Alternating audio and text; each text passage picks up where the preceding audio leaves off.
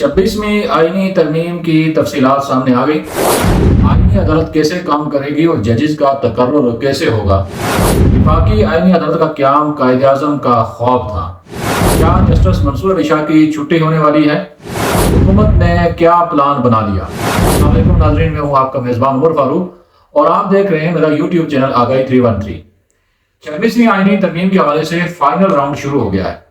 حکومت کی اتحادی جماعتوں میں 26ویں آئینی ترمیم کے مسودے پر اتفاق ہو گیا ہے اور حکومتی مسودے کے اہم نکات بھی اس وقت سامنے آ چکے ہیں، جبکہ جمعیت علماء اسلام نے آئینی عدالت کو بجائے عدالتی بینچ کی تشکیل کی تجویز دی ہے۔ آئینی ترمیم میں حکومت کی جان اٹکی ہوئی ہے، لہٰذا ہر صورت آئینی ترمیم منظور کرانی چاہیے گی۔ حکومتی کیمپ میں آئینی ترمیم کے حوالے سے خاموشی کے بعد سرگرمیاں شروع ہو گئی ہیں۔ حکومتی کیمپ میں اس وقت مختلف جو سیاسی رابطے ہیں وہ تیز کر دیے گئے ہیں۔ پارلیمان کی جو خصوصی کمیٹی ہے اس کے اہم ترین اجلاس منعقد ہو چکے ہیں، جس میں پیپلز پارٹی، نون لیگ اور دیگر اپوزیشن جماعتوں کی طرف سے اپنے آئینی مسودے پیش کر دیے گئے ہیں۔ اس کے علاوہ شنگھائی تعاون تنظیم کے اجلاس کے فوراً بعد یہ آئینی پیکج سامنے آئے گا۔ اس سے قبل چینی وزیر اعظم کے خطاب کے لیے پارلیمنٹ کا مشترکہ اجلاس بھی بلا لیا گیا ہے۔ حکومتی ارکان پارلیمنٹ کو اسلام آباد پہنچنے کی کال بھی دے دی گئی ہے، اور دوسری طرف پی ٹی آئی نے 15 جو اکتوبر ہے اس کو اسلام آباد میں اور خاص کر کے ڈی چوک کے سامنے احتجاج کا فیصلہ کیا ہے۔ یہ احتجاج کیوں ہے، کیسے ہے، یہ ساری باتیں ہم آپ کو بتائیں گے۔ اور ایک تجویز پی ٹی آئی کی طرف سے یہ بھی سامنے آئی ہے کہ پی ٹی آئی آئینی ترمیم کا راستہ روکنے کے لیے وزیر اعظم اور اسپیکر کے خلاف تحریک عدم اعتماد لانے پر غور کر رہی ہے۔ جس طرح 26ویں آئینی ترمیم موجودہ حکومت کے لیے زندگی اور موت کا معاملہ بن چکا ہے، پی ٹی آئی بھی اپنے سروائیور کی لڑائی لڑ رہی ہے، اور شنگھائی تعاون کے تنظیم کے اجلاس کے موقع پر پی ٹی آئی کا اسلام آباد میں دھرنا یا احتجاج یہ اس کا آخری معرکہ ہوگا۔ اب سب سے پہلے میں آپ کو بتاؤں کہ جو مجوزہ آئینی ترمیم ہے اس میں ہے کیا اور اس میں حکومت کیا کرنے جا رہی ہے۔ تقریباً 54 نکات یا 56 نکات اس وقت ہمارے سامنے آئے ہیں، اور یہ سامنے جو نکات آئے ہیں یہ گزشتہ روز جو پارلیمانی کمیٹی کا خورشید شاہ کی سربراہی میں اجلاس ہو اس کے بعد سامنے آئے، اور ناظرین آپ کو پتہ چلے یہ بڑے اہم نکات ہیں۔ اس میں سے ظاہر سی بات ہے پی ٹی آئی کو سب پر اختلاف ہے، مولانا فرمان کو چند ایک پر اختلاف ہے، اور حکومت کی اتحادی جماعتیں تقریباً اس پہاڑوں پر اتفاق رائے کر چکی ہیں۔ اچھا، پارلیمنٹ کی خصوصی کمیٹی کا دوسرا ان کے بڑا اجلاس پیپلز پارٹی کے رہنما خورشید شاہ کی صدارت گزشتہ روز پارلیمنٹ ہاؤس میں ہوا۔ اجلاس کے دوران جے یو آئی نے جو حکومتی مسودہ تھا اس کے جو اپنا مسودے پر اعتراضات کیا اور اپنا ڈرافٹ بھی پیش کیا۔ البتہ حکومت نے وفاقی آئینی عدالت بنانے کا جو فارمولہ سیاسی جماعتوں سے شیئر کیا ہے اور وفاقی آئینی عدالت کیسے تشکیل دی جائے گی، حکومت نے ڈھانچہ تیار کر لیا ہے۔ مجوزہ ترمیم کے مطابق وفاقی آئینی عدالت چیف جسٹس سمیت 7 ارکان پر مشتمل ہوگی۔ مجوزہ ترمیم میں کہا گیا ہے کہ آئینی عدالت کے چیف جسٹس اور 2 سینئر ترین ججز رکن ہوں گے۔ مجوزہ ترمیم میں کہا گیا ہے کہ وزیر قانون، اٹارنی جنرل اور پاکستان بار کونسل کا نمائندہ اس میں شامل ہوگا۔ اچھا، اس کے علاوہ دونوں ایوانوں سے حکومت اور اپوزیشن کی جو ارکان ہیں پارلیمانی کمیٹی میں 2 ارکان سے لیے جائیں گے۔ اس کے علاوہ صوبائی آئینی عدالتیں چیف جسٹس، صوبائی وزیر قانون، بار کونسل کے نمائندوں پر مشتمل ہوگی۔ مجوزہ ترمیم کے مطابق جج کی اہلیت رکھنے والے کے لیے نام پر مشاورت کے بعد وزیر اعظم معاملہ صدر کو بھجوائیں گے۔ وفاقی عدالت کے باقی ممبران کا تقرر صدر چیف جسٹس کی مشاورت سے کریں گے۔ چیف جسٹس اور ججز کے نام پر پارلیمانی کمیٹی کے ذریعے وزیر اعظم کو دیے جائیں گے۔ اس کے علاوہ مجوزہ ترمیم کے تحت جج کی عمر 40 سال، 3 سالہ عدالت اور 10 سالہ وکالت کا تجربہ لازمی ہوگا۔ جج کی برطرفی کے لیے وفاقی آئینی کونسل قائم کی جائے گی اور کسی بھی جج کی برطرفی کی حتمی منظوری صدر مملکت دیں گے۔ مجوزہ ترمیم میں کہا گیا ہے کہ وفاقی آئینی عدالت کا فیصلہ کسی عدالت میں چیلنج نہیں ہو سکے گا۔ چاروں صوبائی آئینی عدالتوں کے فیصلوں پر اپیل وفاقی عدالت میں ہوگی۔ مجوزہ ترمیم کے مطابق سپریم کورٹ کے چیف جسٹس کا تقرر 8 رکنی پارلیمانی کمیٹی کے ذریعے ہوگا، اور سینئر 3 جج کے بجائے سپریم کورٹ کے چیف جسٹس کا تقرر 3 سینئر 3 ججز میں سے کیا جائے گا۔ وفاقی آئینی عدالت کے چیف جسٹس اور جج کا تقرر 3 سال کے لیے ہوگا، جبکہ ریٹائرمنٹ کی عمر 68 سال مقرر کی جا رہی ہے۔ آئینی ترمیم کی روح سے ہائی کورٹ کے ججز کی سالانہ کارکردگی رپورٹ مرتب ہوگی۔ خراب کارکردگی والے جج کو بہتری کے لیے وقت دیا جائے گا۔ کارکردگی بہتر نہ ہونے پر ہائی کورٹ جج کے خلاف ریفرنس سپریم جوڈیشل کونسل کو بھجوایا جائے گا۔ سپریم کورٹ کے چیف جسٹس کو آئندہ چیف جسٹس پاکستان کے بجائے chief justice of supreme court کہا جائے گا، اور سپریم کورٹ کے جسٹس کو آئندہ چیف جسٹس پاکستان کے بجائے chief justice of supreme court کہا جائے گا۔ آرٹیکل 63A میں منحرف رکن کا ووٹ شمار کرنے کی شک بھی اس آئینی ترمیم میں شامل کی جا رہی ہے۔ اس کے علاوہ مسودے کے مطابق سپریم کورٹ کے سینئر 3 جج کو چیف جسٹس بنانے کی شک ختم کرنے کی تجویز دی گئی ہے۔ قومی اسمبلی کی 8 رکنی پارلیمانی کمیٹی سپریم کورٹ کے 3 سینئر 3 ججوں یا سے ایک نام تجویز کریں گے، یا 5 سینئر 3 ججوں میں سے ایک پینل بھیجا جائے گا، اس میں سے ایک نام چوز کیا جائے گا۔ وزیر اعظم وہ نام صدر کو بھجوائیں گے جو اس کی منظوری دیں گے۔ پارلیمانی کمیٹی میں مختلف جماعتوں کی نمائندگی ان کے ارکان اسمبلی کے تناسب سے ہوگی۔ سپریم کورٹ کے ججز کی ریٹائرمنٹ کی عمر، جیسا میں نے آپ کو پہلے کہا کہ 65 سال ہی رکھنے کا فیصلہ کیا گیا ہے، جبکہ چیف جسٹس کی مدت 3 سال کر دی جائے گی۔ اب اگر یہ ترمیم ہو جاتی ہے تو اس کے بعد جسٹس منصور علی شاہ کا chief justice of supreme court میرے خیال میں بننا مشکل ہو جائے گا، اور اسی وجہ سے حکومت نے تاحال چیف جسٹس کا نوٹیفیکیشن بھی نہیں کیا ہے۔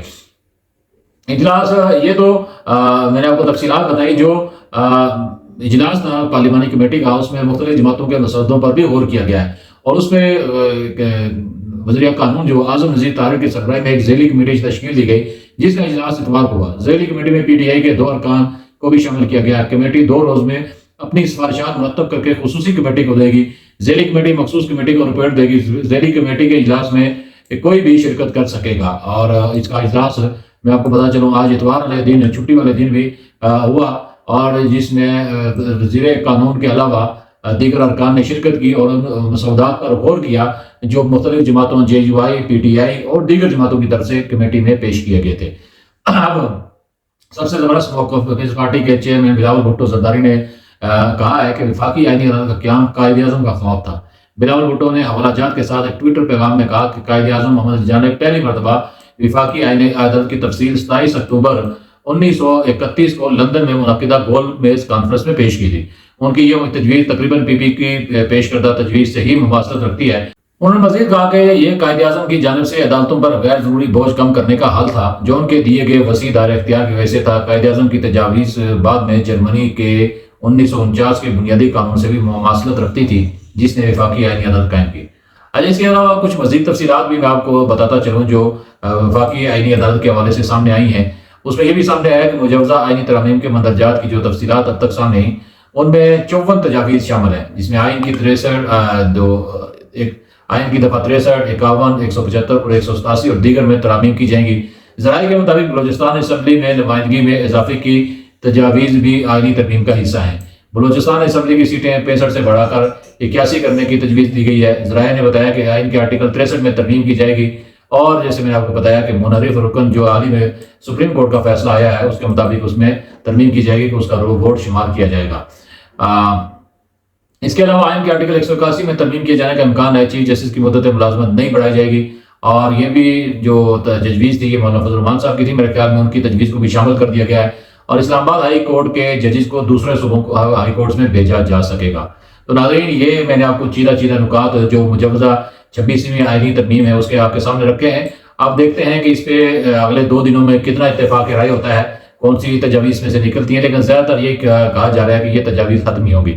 البتہ سینیٹر کامران مرتضیٰ جو جے یو آئی کے رہنما ہیں، انہوں نے کہا کہ پیپلز پارٹی اور جے یو آئی کے ڈرافٹ میں صرف آئینی عدالت اور بینچ کا فرق ہے۔ پیپلز پارٹی کے جو باقی ڈرافٹ ہمیں کوئی اعتراض نہیں، امید ہے جلد دونوں جماعتیں مشترکہ ڈرافٹ پر اتفاق کر لیں گی۔ سینیٹر کامران مرتضیٰ نے حکومت کے 56 نکاتی مسودے کے جواب میں 24 نکات پیش کرتے ہوئے کہا کہ 200 سے بھی کم آئینی مقدمات کے لیے بڑے سیٹ اپ پر اب کوئی ضرورت نہیں ہے۔ حکومتی حلقوں کی جانب سے جے یو آئی وہ تقریباً راضی ہے، البتہ ان کی چند تجاویز اس میں شامل کر لی جائیں۔ اسی وجہ سے حکومتی حلقوں کی جانب سے یہ بات بار بار کہی جا رہی ہے کہ مولانا فضل الرحمان حکومت کے قریب آ گئے ہیں اور نہ ہی دور ہو گئے ہیں۔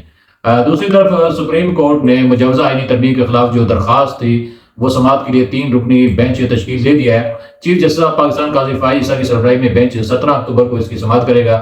بینچ میں جسٹس نعیم اختر افغان اور جسٹس شاہد بلال منج شامل ہیں۔ وکیل عابد زبیری نے مجوزہ آئینی ترمیم کے خلاف سپریم کورٹ میں آئینی درخواست دائر کی تھی۔ رجسٹرار آفس نے ایڈوکیٹ عابد زبیری کو نوٹس جاری کر دیا ہے۔ مجوزہ ترمیم کے مطابق صوبائی آئینی عدالتیں چیف جسٹس، صوبائی وزیر قانون، بار کونسل کے نمائندوں پر مشتمل ہوگی۔ آئینی ترمیم پر اتفاق رائے کے لیے خصوصی کمیٹی کا جو اجلاس وہ اتوار کو ہوا، جس میں بہت ساری باتوں پر غور کیا گیا۔ البتہ پی ٹی آئی نے حسب معمول اپنے اعتراضات اس حوالے سے جمع کرائے ہیں، اور پی ٹی آئی کا جو سب سے اہم مسئلہ ہے وہ صرف عمران خان کی رہائی، بلکہ اب تو یہاں تک آ گیا کہ عمران خان سے ملاقات کے لیے اجازت دی جائے تاکہ ہم ان سے مشاورت کر سکیں۔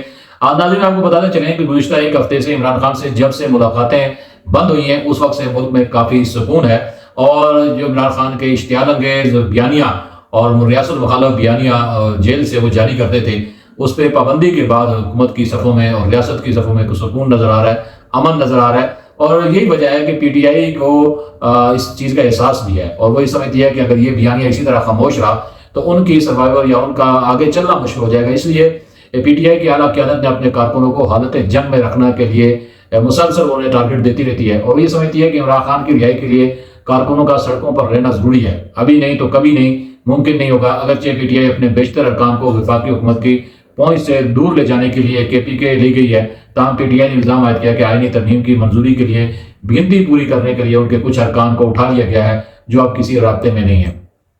جہاں تک مولا فرمان کی ججوں کی مدت ملازمت میں 3 سال کی توسیع کے خلاف ہیں، اور حکومت کو یہ مشورہ دے دیں کہ اگر آئینی عدالت قائم کرنا اتنا ہی ضروری ہے تو یہ کام 26 اکتوبر 2024 کے بعد کرایا جائے۔ وہ چیف جسٹس میں ججوں کی تقرری میں وفاقی حکومت کے صوابدیدی اختیارات بڑھانے کے حق میں ہیں، لیکن فوجی عدالتوں کے قیام اور ہائی کورٹ سے ججوں کے دوسرے ہائی کورٹس میں تبادلے کے خلاف ہیں۔ اب اس حوالے سے مولانا فضل الرحمان کا ظاہر سی بات ہے وہ بڑی اہم جو ان کی ملاقاتیں گزشتہ دنوں میں رہی ہیں، وہ اس میں کیا طے ہوا ہے، وہ میرے خیال میں وہ ایک نتیجے پر پہنچ چکے ہیں، اور اس کا اظہار وہ اگلے 1-2 دن میں کر لیں گے۔ بالخصوصی جو پارلیمانی کمیٹی کا اجلاس اب پیر کو ہوگا، کل یعنی، اور اس میں کوئی آئینی مسودے پہ اتفاق رائے ہونے کی صورت میں اس کو جاری کر دیا جائے گا، اور شنگھائی تعاون اجلاس کے بعد یہ آئینی ترمیم منظور کر کے نئی وفاقی آئینی عدالت کا قیام عمل میں لایا جائے گا۔